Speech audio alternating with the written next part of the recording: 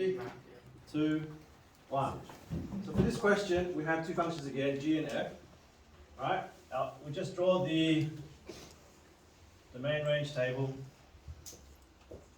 G, ran.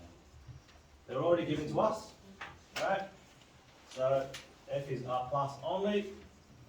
G is all the numbers. And from that, you should be able to work out. This actually looks like a half of a hyperbola, so it's also R plus, right?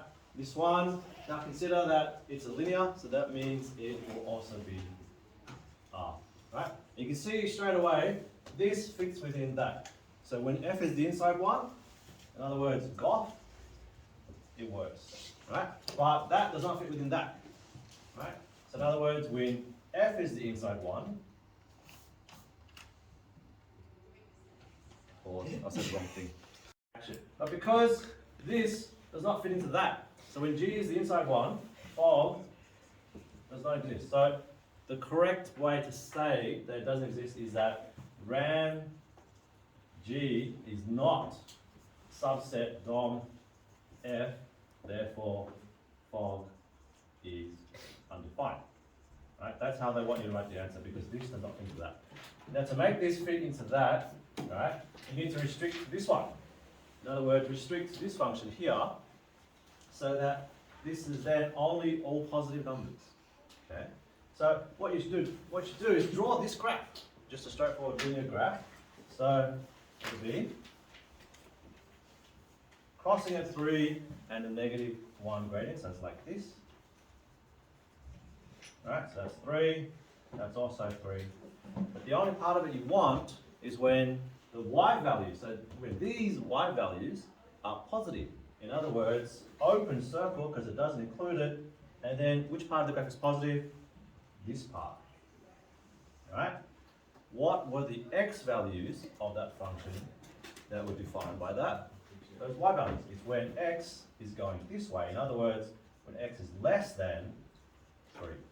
So if we restrict the g here to round bracket, oh, well, no.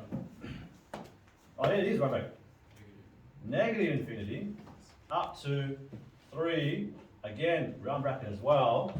This then affects the range so that it is only from 0 to positive infinity, and therefore it now fits within that because it's the same, and fog exists. Pause. Right? And this one, they haven't told you what the domains are, which means it's the implied maximal domain. Okay? So again, you draw the domain range table. I don't know why I like to write the g first, I like to put alphabet order. So the f is a square root, which means it only goes from -3 up to positive infinity, because the inside part has to be greater than 0. So it's -3 to infinity, right? And then the range, because this is only shifted left, it just looks like this. Right? The range is just from 0, including 0, to infinity. But this one here, it's a cubic, which means the domain, the maximal is just R, because it's like shifted up to, that's just like this. Alright, that's 2. And then the range is also R.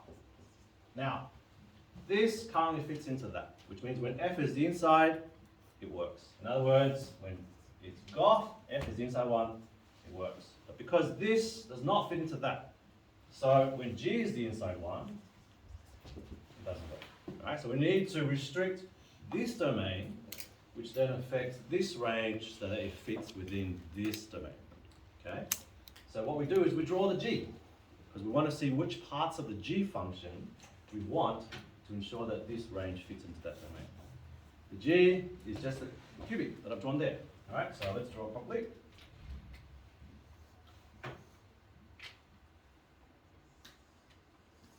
Alright, pass it 2.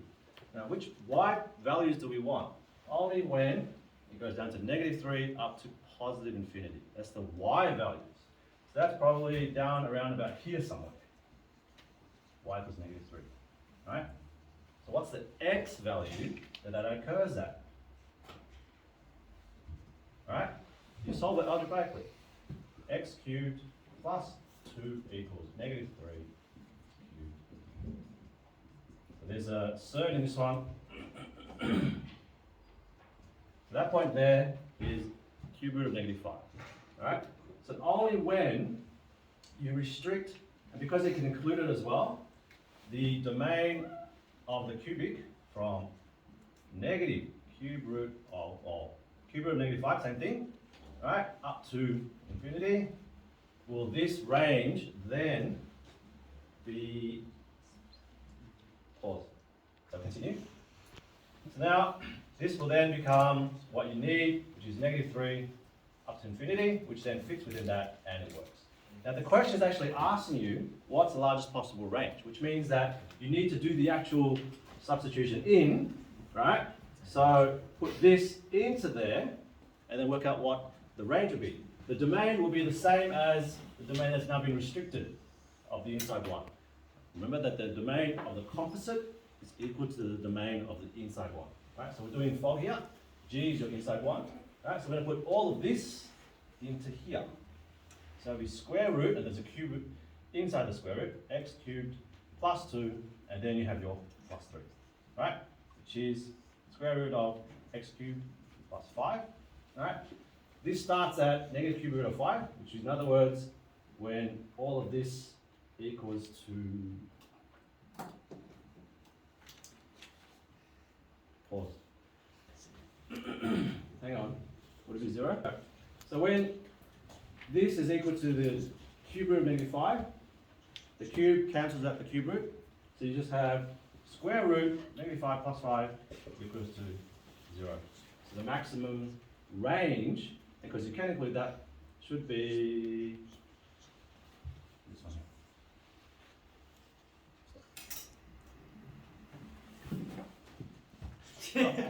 here. 2, 1. So for this question, we have two functions again, g and f. Right? We just draw the domain range table. G,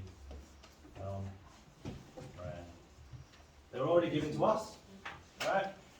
So f is r plus only. G is all the numbers, and from that you should be able to work out. This actually looks like a half of a hyperbola, so it's also r plus, right?